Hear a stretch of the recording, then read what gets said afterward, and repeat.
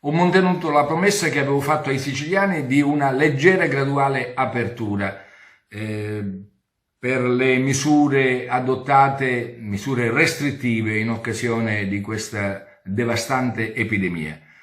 Eh, Consentiamo l'attività motoria, la corsetta, purché presso la propria abitazione.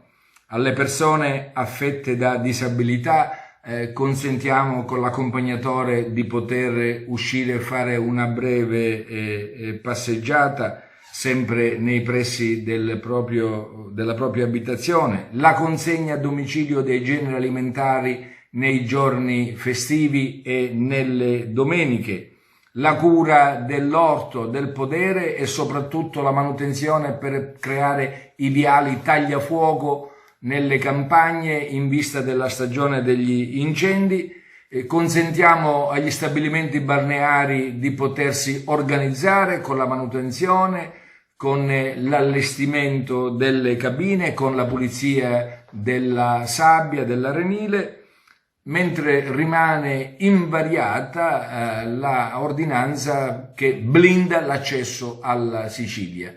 Per ora è bene che si vada avanti così. Consentiamo soltanto una corsa in più, da 4 a 5 corse giornaliere sullo stretto di Messina, per evitare disagi ai pendolari e al personale sanitario, che essenzialmente è quello che in questo momento fa uso dei mezzi di collegamento fra le due sport. Da ieri, 19 aprile, si potrà correre e passeggiare nei pressi della propria abitazione.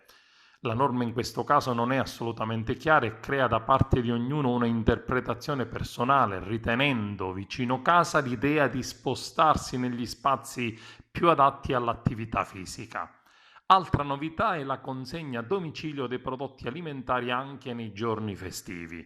Ed ancora sarà possibile occuparsi del proprio orto, della manutenzione di parchi e giardini, ed in particolare sarà possibile avviare l'allestimento dei lidi balneari. Ciò ci induce naturalmente a pensare ad una imminente partenza dell'attività balneare. Restano in vigore le 4 zone rosse, con alcune novità. Per agevolare i lavoratori pendolari sullo stretto di Messina viene introdotto un visto.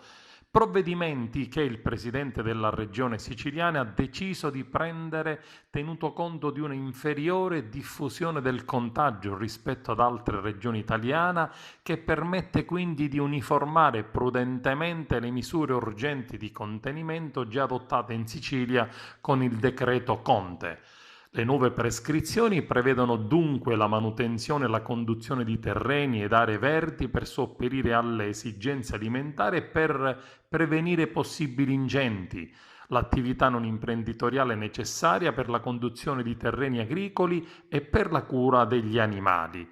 L'uscita nell'ambito del medesimo comune verso un comune diverso da quello in cui attualmente si trova l'interessato è consentita una sola volta al giorno e ad un solo componente del nucleo familiare, ovvero ad un soggetto delegato. E altresì, prevede l'ordinanza, autorizzata l'attività di manutenzione di aree verdi e naturali pubbliche e private. Le attività sono consentite solamente nei giorni feriali.